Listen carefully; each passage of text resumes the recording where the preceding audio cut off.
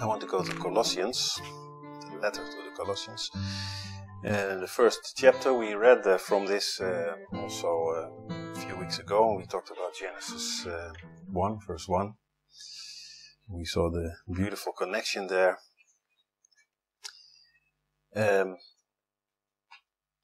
This time I want to read from verses 21 through 23, where Paul writes,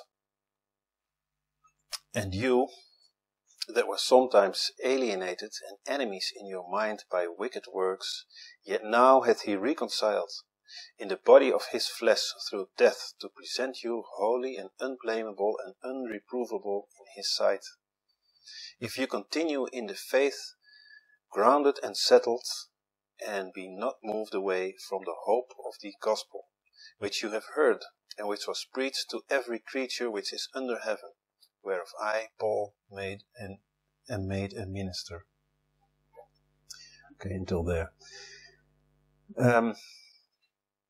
All this is still the introduction of the letter, and after Paul speaks in verse 13 about the deliverance, he says there, God who has delivered us from the power of darkness, so he speaks about deliverance first. Now he speaks about the reconciliation. And this is something that many believers don't go there. They stop with the deliverance. Deliverance delivered from the power of darkness, from the bondage of sin. And that's where it, of course, begins, but it shouldn't end there. It has to continue. So that's what he speaks about here, reconciliation. And maybe to get a better understanding what it is, just imagine you go to a party, you drink a few glasses of wine, you drive home in the night, and there's someone walking on the road, and you hit the person.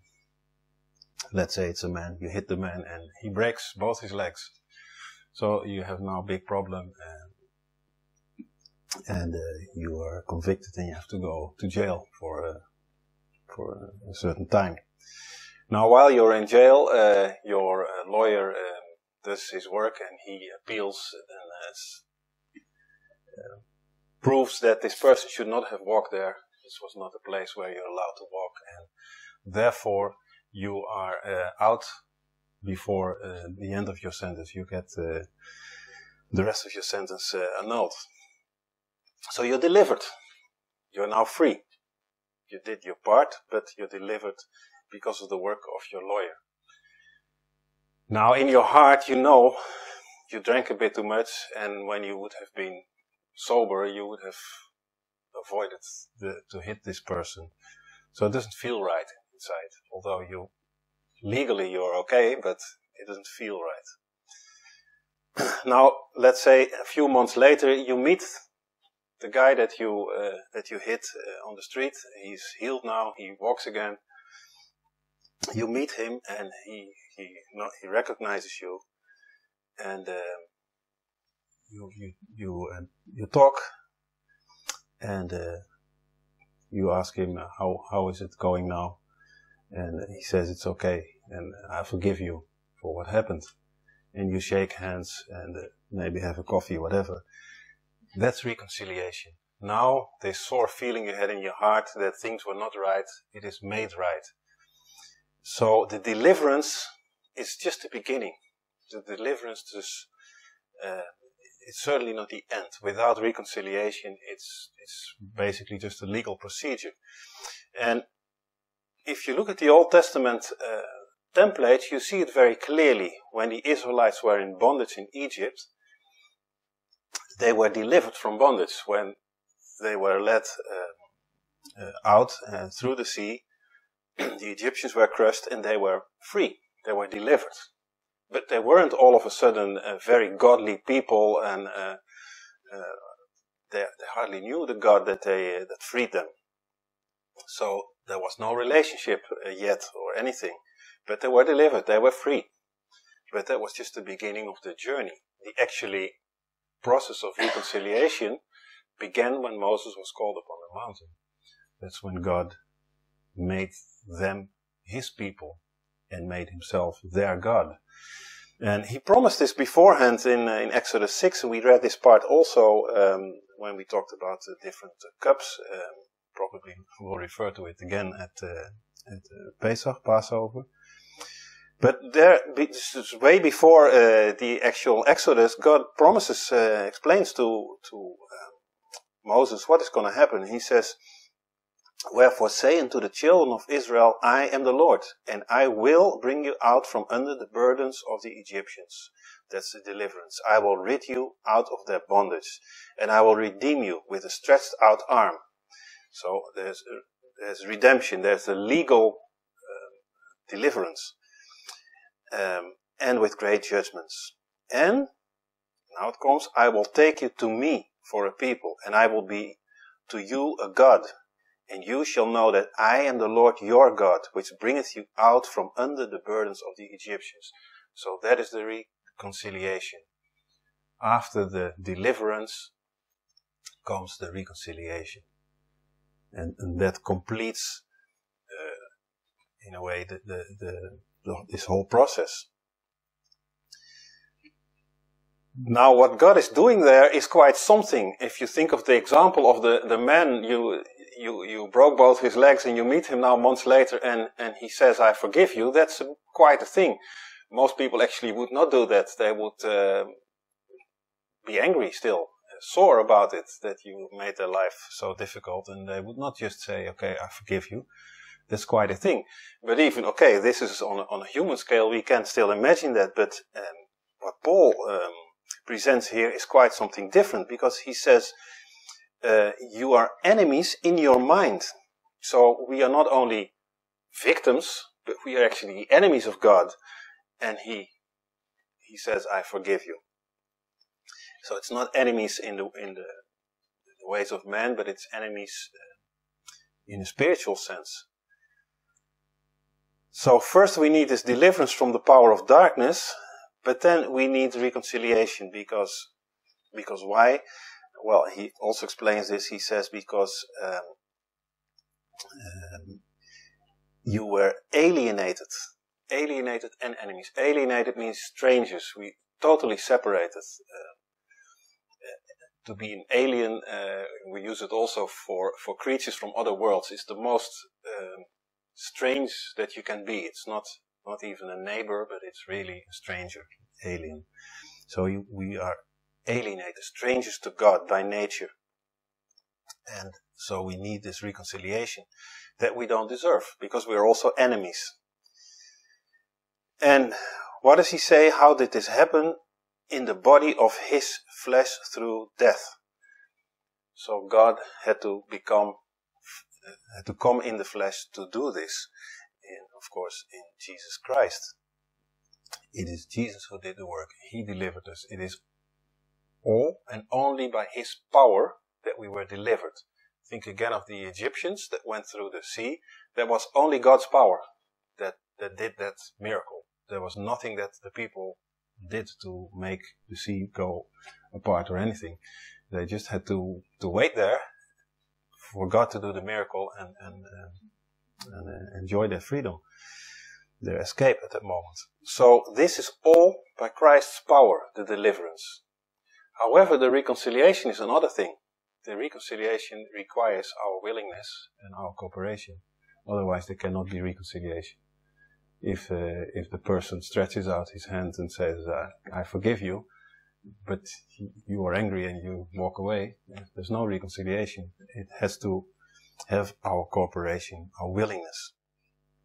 And here in the way Paul describes it, it is something very unexpected, because we are enemies and we are alienated, we are strangers. And in so much that there is no expectation of returning to God. Our nature, the nature of the unsaved, is that there is no expectation of turning or returning to God. It's simply not there. Something has to happen to make this move. And why are we enemies? Well, he says, enemies in your mind by wicked works. we do wicked works, the works that an enemy does. And if you look in the world around you, if you look at unsaved people, you see they do wicked works. They do works that go against God. There is enmity with God. And without deliverance and subsequent reconciliation, it will not go. The Israelites were strangers in a strange land, but they were also strangers to God. And so they had to be delivered and then reconciled so that they became part of the family of God. Now they were no longer strangers, now they were God's people. And I had to think of this song by the Rivers of Babylon that Bonnie M made very famous some decades ago. But it's actually Psalm 137, and it says there in this psalm in verse 4, how can we sing the Lord's song in a strange land? It just doesn't go. If you're alienated from God, you cannot also praise Him and sing to Him. You have to first be reconciled with Him. And most of us, I think we remember this from our past when we were not saved, or when we were, but we were back into sin. You feel all of a sudden this huge distance. You can't really praise the Lord. You can't be one with Him in communion, because it just doesn't go. It doesn't match. You have to first be reconciled again. So He reconciled in the body of His flesh, Paul writes, in the body of His flesh through death. And not just through death, it was also shameful death. So this was the way He reconciled. And how does this happen? What happened as a result of that? We became unblameable and unreprovable. So this is something goes beyond anything. Again, back to the example that I had before. You have to go to jail, but then you get out earlier.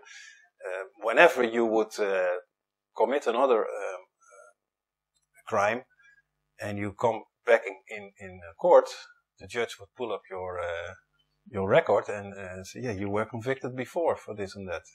So that doesn't really go well if you have a record. Now here it says you become unreprovable. There is nothing that on your record. It's clean. So that goes beyond what we actually humanly are capable of doing when we forgive or when we pardon. We still have the memory, and when the situation is there, we will use it also. So God has delivered us from the sins, but He placed us also among the approved. The reproved, among the approved. He gives us, He frees us not only from jail, but He puts us on the highest position. There are actually also some beautiful examples of this in the Old Testament, and one, of course, is Joseph, who was literally in jail after he served in Potiphar's house. He was in prison. And from there, God put him in the highest position in the land. And we see a similar thing with Daniel, who was also imprisoned, and he became also the leader of all the wise men in Babylon. So this is how God delivers. It's not a little thing, it's a huge thing. When He does it 100% and beyond. He puts us on a position of great honor, where we are completely unblameable, unreprovable. And so through Christ we are presented before God as those who have not sinned. There's a clean record. There is not this whole history. And even more, we are presented before God as those who have excelled in righteousness. And that is the robe of righteousness that Jesus gives us. So it's very powerful what what Paul presents here. And you will say, why does he write this? Because it's a letter to the church. These people are already saved and they basically know this. And why am I telling you this? We already know we are saved, so what's the point of this? But we have to remind ourselves actually of this great miracle that God did. Same way as God all the time reminds the Israelites that he led them out of the land of Egypt, that he made a covenant with them. He keeps repeating this hundreds of times throughout Scripture, and because we easily forget. We easily forget. Now, in verse 23 then, he gives the instruction, because now he says, okay, you know this, and maybe you have even forgotten about this, but there is, it doesn't come by itself. It says there, if you continue in the faith, grounded and settled, and not be moved away from the gospel. So there is an if. As I said, reconciliation only works when we are willing and when we cooperate. And when we don't, it doesn't go. Even after initial reconciliation, we can still walk away. It's like when you become friends with a person, you can also break this friendship at any point. Or disappoint that friendship, that trust. So you have to continue. That's what he says, you have to continue. It's not just a beginning, it's not a one-time prayer of salvation and you're now born again and that's it. No, you have to continue in it. And not just continue, but you have to continue grounded and settled, not moved. That's very strong language. You don't go left or right. You go straight in the right direction. Steadfast.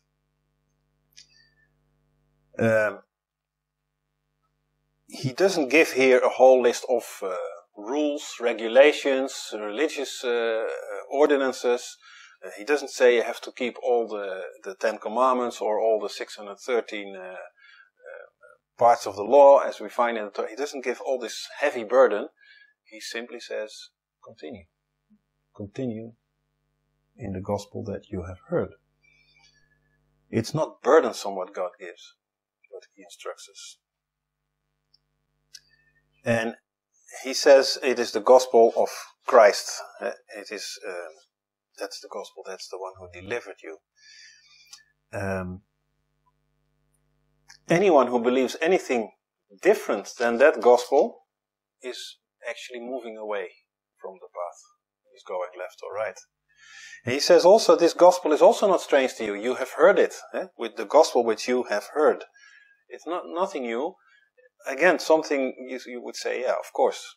But if you look now in the churches, and in the quote-unquote Christian world, you see all the time new things popping up. New doctrines, new ideas, new ways of worship, new things. No, there's nothing new. You've heard it, it's here, it hasn't changed anything.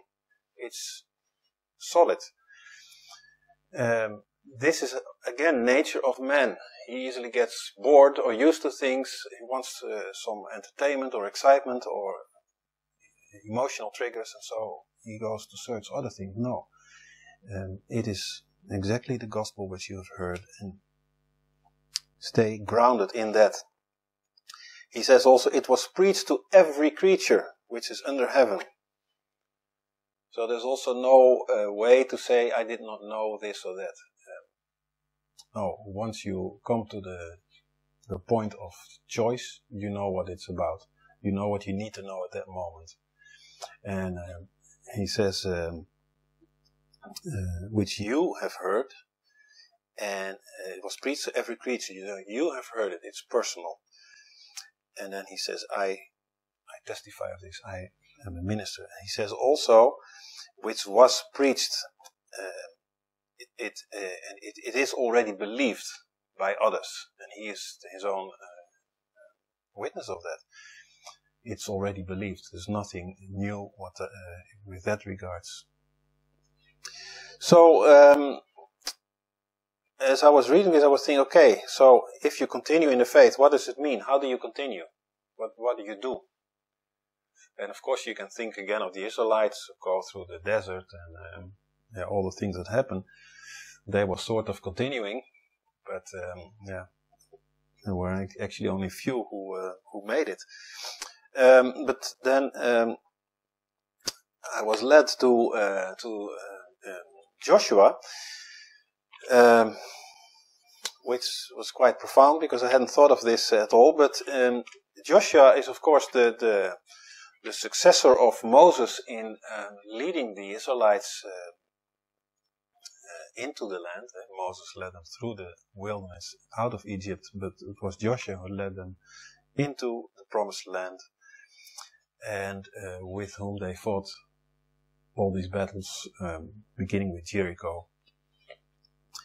But then at some point Joshua is old and comes at the end of his life, and he then addresses the children of Israel. He gives them instructions, you can say, and these could actually be the instructions that Paul would have given to explain what it means to continue, because that's where we are.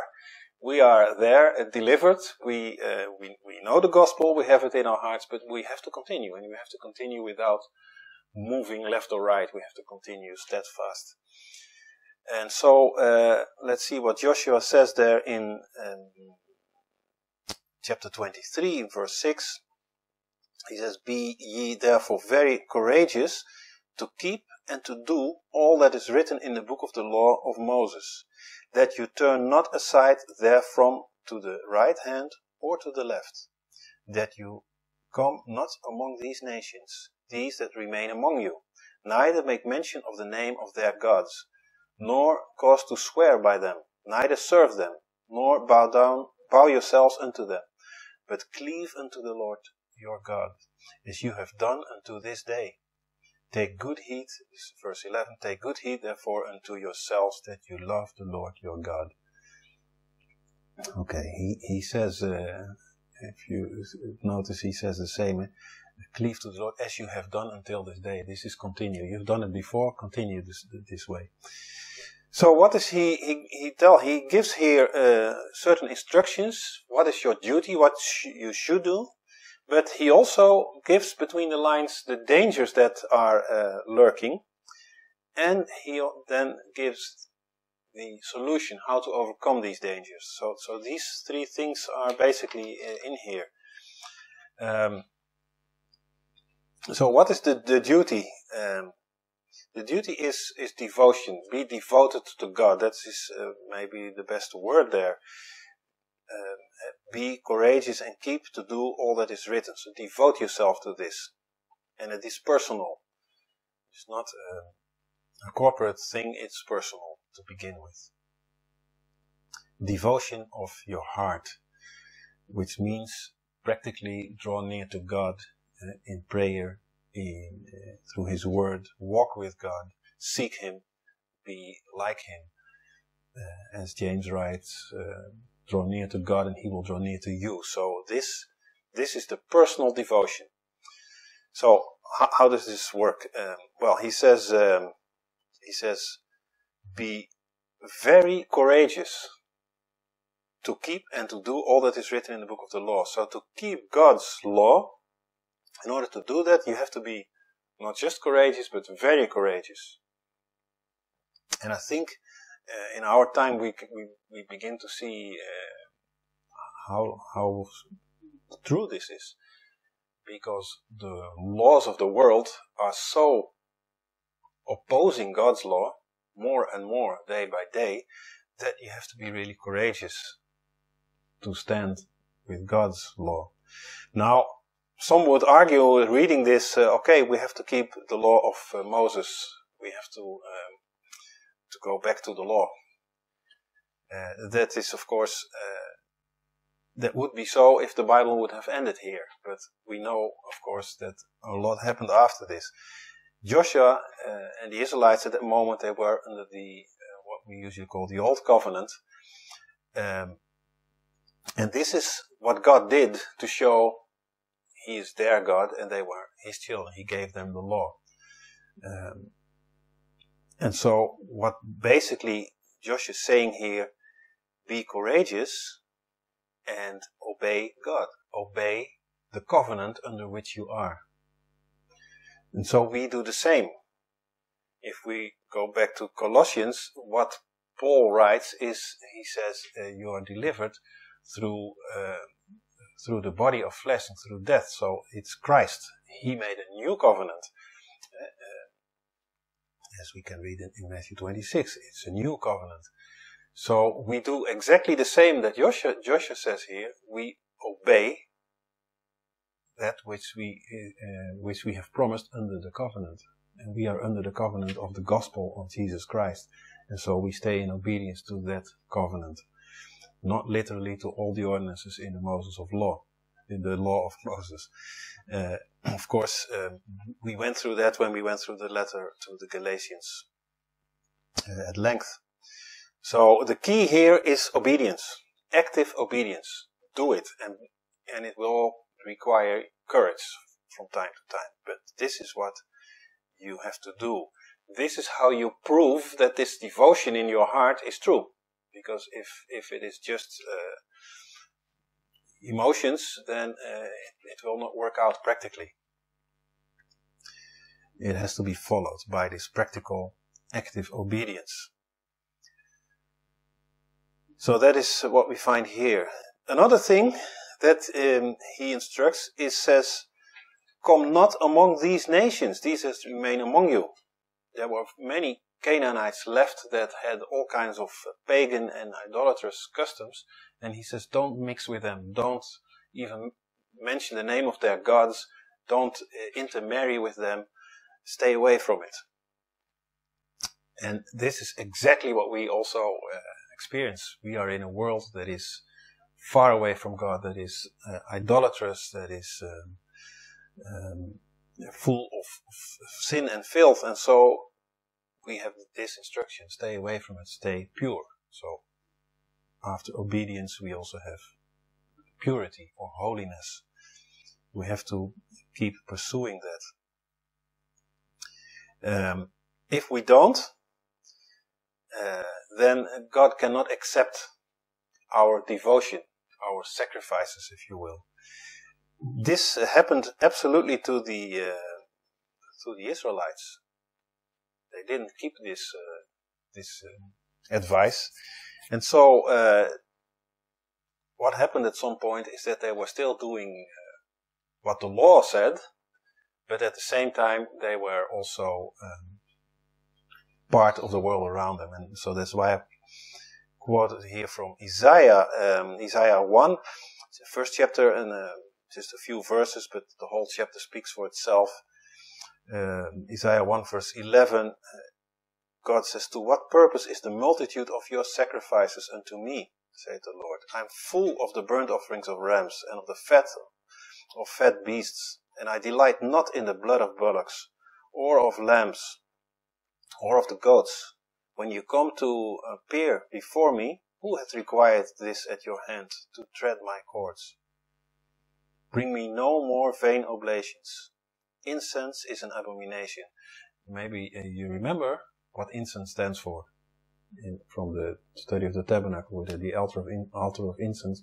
It stands for prayer. So you can read here also, prayer is an abomination.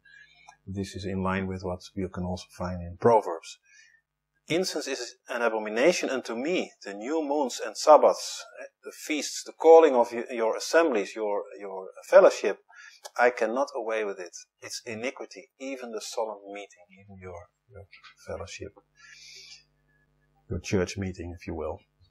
So God says, I don't want all this. I'm fed up with it, because your heart is not there. That is the result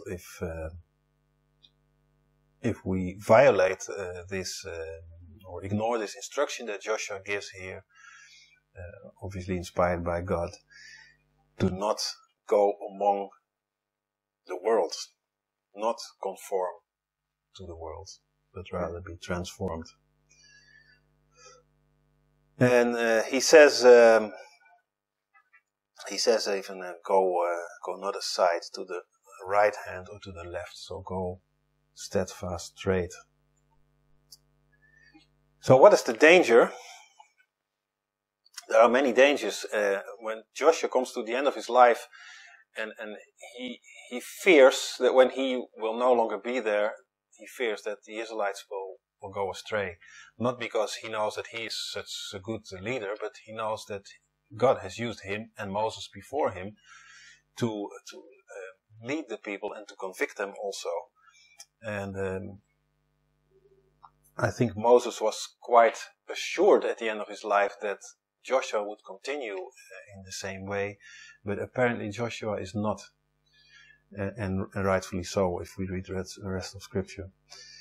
So what are the dangers that he sees here before him, between the lines and in context? One is prosperity. After they have entered the land, they defeated many of these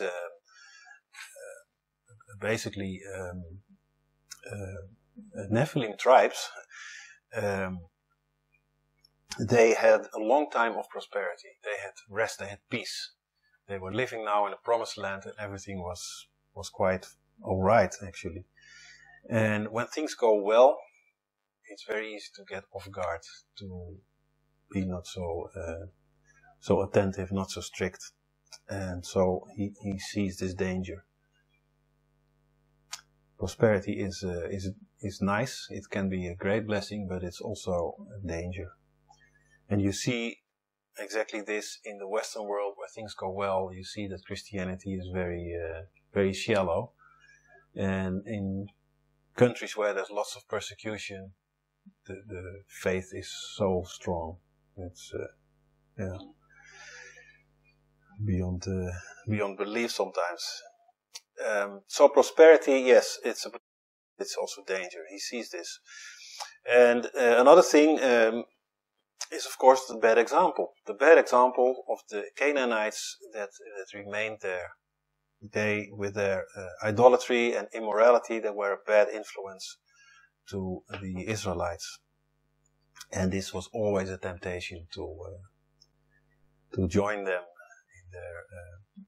in their wicked works.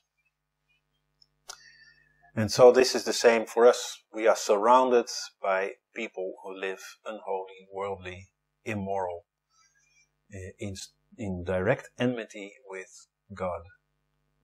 And Paul could not have put it better actually. It's alienated enemies by wicked works. That is what the world is. And so that is what we have around us. That's the people we deal with on a daily basis. And so it takes a lot of courage to stand against this, to stand with the principles of God and not move left or right. So that presence that is around us is very powerful. And Satan knows it, of course. He's only increasing it. So that's a danger, bad example. Another danger is simply the difficulty. As I said before, Paul is not giving a whole list of laws and rules to keep. He simply says, stick to the gospel. But do it unmoved, grounded, settled. That is, in one hand, it's simple. But on the other hand, it's difficult. Because it means it leaves a very narrow path. There is no space to deviate from it. And of course that is what Jesus also teaches us in Matthew 7, because straight is the gate and narrow is the way which leadeth unto life, and few be there that find it. It is narrow, which means you do one step to the left or to the right and you are off the path. It's narrow. But if you are unmoved, yes, it will lead to life. So there is this difficulty, and the more distractions and attacks are around you, the more difficult it is to stay on that narrow path. And another thing, he's not literally saying, Joshua, but you can get it from the whole context, is that, I already alluded to it, is the loss of leadership. He knows that he will not be there soon. And there might not be such a powerful man of God to lead them. Loss of leadership is a problem. And you would say, yes, but God leads, and that's very true, and it should also always be so. But we've seen throughout Scripture, both Old and New Testament, that God always appoints leaders.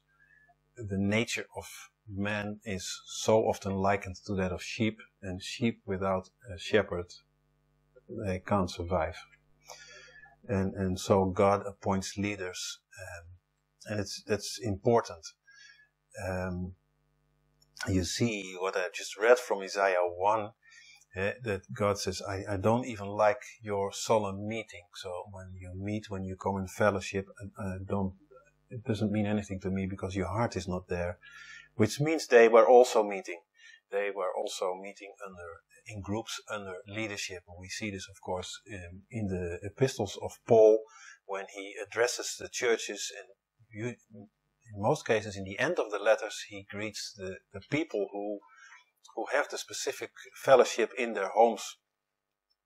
There is always some sort of leadership, and there is always this rebellion that we have to break away from leadership, to be free. And of course, as long as we stay under the head, which is Christ, that's the most important. But it's also a blessing to belong to a fellowship, whether it is here the children of Israel as a whole, or when Paul writes to the Colossians, it's a smaller fellowship, a church. And of course, this letter was not only to one church; it was also read in other groups. But the principle is the same. These are smaller units, and they need godly leadership. It is important. It is a blessing through which we receive teaching, encouragement. People get to know each other on a personal level, and therefore can support each other on a personal level, whether it's in prayer or in practical things. There is also spiritually, of course, a stronghold when people, believers, come together. So that is a great blessing. When that falls apart, or when people don't belong anywhere and just go from church to church, or just don't go to church or whatever, with church I mean fellowship with the brethren, then all these advantages that I just mentioned, they go away. And so what you see there is, on one hand, this desire, or maybe desire in the people to be rebellious, to break away from quote unquote leadership. On the other hand, there is also the desire to be together with others. And so that's why you see there is so much popularity for these more liberal churches, where you're not really convicted, and where everything is always happy, and that's part of the fruit of the world. Actually, it's nothing to do with the Lord.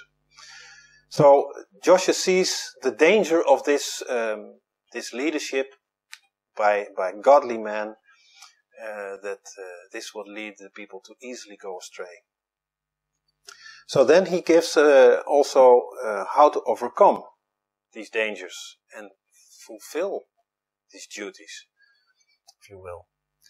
And that is in verse 11. That's why I read this also in Joshua 23. He says, "Take good heed, therefore," because of that, "unto yourselves, that you love the Lord your God." That sums it all up. Jesus summed it up in the very same way. The source of our devotion, of our heart, should be this: that we love the Lord. And why? Because He loved us first. In Hosea 11 verse 4, it says, "I drew them in with cords of love." It is this love, and this is love that God has revealed through the sacrifice of Christ. In 2 Corinthians 5 verse 14 he says that for the love of Christ constraineth us. It is that what keeps us where we are. So that is his love, and we answer this love with love. Godly love. He says in verse 8, Joshua, cleave unto the Lord your God, as you have done unto this day. So you've done it before, you have to continue in it. Same Paul says, cleave unto the Lord. This expression is really something, stick to it. You are glued to it. Don't let go. Now you have done it unto this day. So you would say, okay, you know how to do it, so you don't need to learn anything. But this implies, the same Paul writes when he says continue, it implies that past devotion is no guarantee for the future or for the present. You may have walked very godly and very good, as far as we define it, in the past, but it doesn't mean that you're still doing it or that you continue to do so in the future. There is no security there. The past devotion is maybe a motivation. It's good to remember it, and it can be a motivation to continue to do it. Or when you feel weak, you think of how it was in the past, and you might think, yes, it happened then, and it will happen again. But it's no guarantee. Past experiences, they teach us this joy and the peace that we had. As David writes in Psalm 51, restore unto me the joy of my salvation. And it means I had this joy, but I lost it somehow. I want it again. Restore it into me. So this past experience is no guarantee for future, but it is a motivation, and it is also a reminder. So that is what he says, cleave unto the Lord as you've done before. Continue.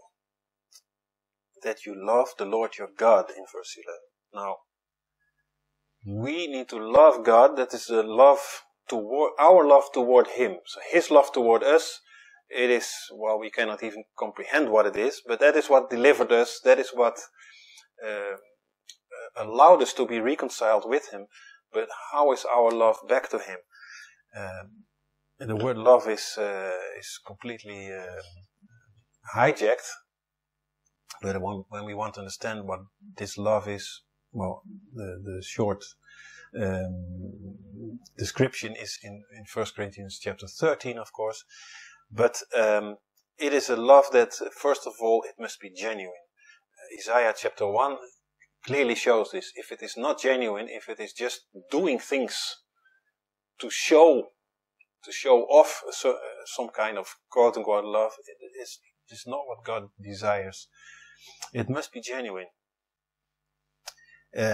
This means it must be personal.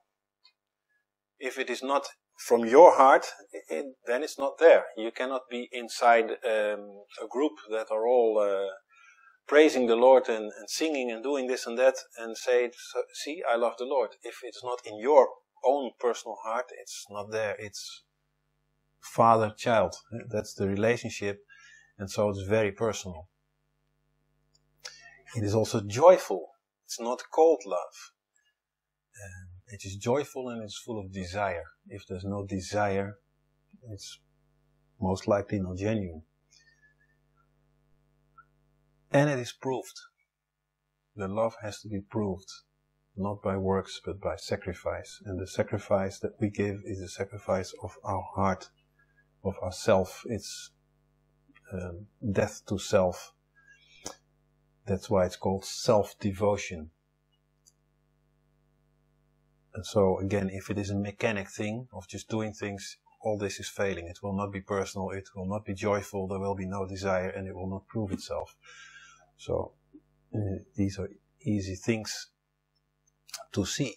And mainly to test yourself, because we are very good in self-deception. This love of us toward God, and another aspect of the nature is that it is special. It is unlike any other love. from a worldly perspective. It does not exist. That is unique. God is unseen. God is spirit, as Scripture said. And so the love is therefore also different. All the other love that we have in the world, whether it's between a mother and a child, or between two people who a couple, let's say, this is always loving the seen. But the love toward God is loving the unseen. It's spiritual. It goes much deeper, therefore. And what it does because of that, it is non-sensuous. This means it does not go through the senses. Physical love that we know, we might fall in love with someone because we see the person and we see something that really appeals to us. There's beauty. And so you fall in love, but that's the senses. That's through the eyes, or it can be through smell, or other things, or what you hear, what you feel. So this is all sensuous. The love toward God is non-sensuous. There is no senses involved there. It is purely love of the heart. And therefore it's way deeper than anything that we can experience on a human level. That causes something else. It makes it more rational and less emotional. When they say love makes blind, this is what we have on a human level. It's very emotional, and people can go crazy when they are in love. But this is not with the love toward God. It is not emotional. I don't mean to say that God cannot stir the emotions because of the depth of the love. He does. Therefore, it can be highly joyful, which is a very emotional thing. But it is not driven by emotions in no way. The emotional effects are the result, or can be the result. But it is rational, and it is with humility, it is with strength and depth. It is non-sensuous, and it is not, it doesn't have this sensuous passion that physical love has on a human level. It's a very special love. And he says, Joshua, take good heed, therefore. So you have to, it doesn't come automatically, you have to take heed, you have to really consider this and cultivate it.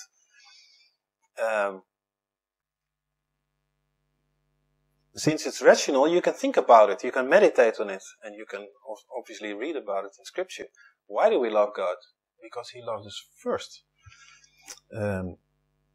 Why did He love us first? Scripture said, because it's His nature. He is love. It is His nature. So if we become more like Him, it cannot be otherwise than that we also begin to express this love toward Him. Actually, when the Spirit indwells us, the first characteristic of the fruit of the Spirit that's mentioned in Galatians 5, verse 22, is love. So it is so much part of God's nature that it has to come out also towards others, but certainly towards Him. So what do we do to realize this love, to realize His presence in us, in our lives? Take good heed that you love the Lord your God. How do we do this? Well, we communicate with Him. We meditate on His Word and on His actions in our lives. We, in other words, draw near to Him. We communicate in prayer and in other ways, but we seek Him. We seek Him. There is, again, if you bring it to a human level, if there is love between two people and they don't communicate, they don't seek each other, they don't want to be together, the love is going to go soon. If it ever was there. There has to be this desire to begin with. So that makes sense, I think. And as I mentioned, it is part of God's nature, of His Spirit that indwells us, so we have to live in the Spirit. That is what we see throughout the New Testament. Be in the Spirit, live in the Spirit, walk in the Spirit, pray in the Spirit. If that is not driving us and it is our own spirit, then we will seek again the sensuous things, the emotional things and all the other stuff, and that's very easy for Satan to feed. So what is the effect of all this love, to conclude? And that makes the circle complete. The effect of this love is obedience. We will want to please God, and so we will do what He wants us to do. And we will obey. Not out of fear or self-interest or out of pure duty, but out of desire. And again, if you read Isaiah 1, you see exactly that is failing there. There is no desire to please God. There is just, they're doing a duty. Another effect of the love of God is to be more in His likeness. As Jesus was the example, and He says, do as I do. So we become more in His likeness. And we will have expressed this love, this joy, this peace, this meekness, etc. So the love toward God will also express itself in love toward man. And another effect is blessedness. He will bless us through this. Now, this doesn't necessarily mean in a materialistic way. Can be, but most of the times actually it's not necessarily so. But certainly He blesses us in our hearts. He gives us peace. He gives us joy that surpasses everything else. And we feel greatly blessed. So once delivered, that is what Paul writes here to the Colossians, that is what Joshua tells the children of Israel. Once delivered, we have to continue on the path of reconciliation. That means God stretched out His hand to us when He first delivered us, but not just to deliver us and then let go, but He wants to keep pulling us toward Him, and we must go straight without moving left or right on this path of reconciliation. That is a great privilege that He offers us this, and it's a great blessing. So let's continue straight, steadfast, and not moving left nor right. Amen.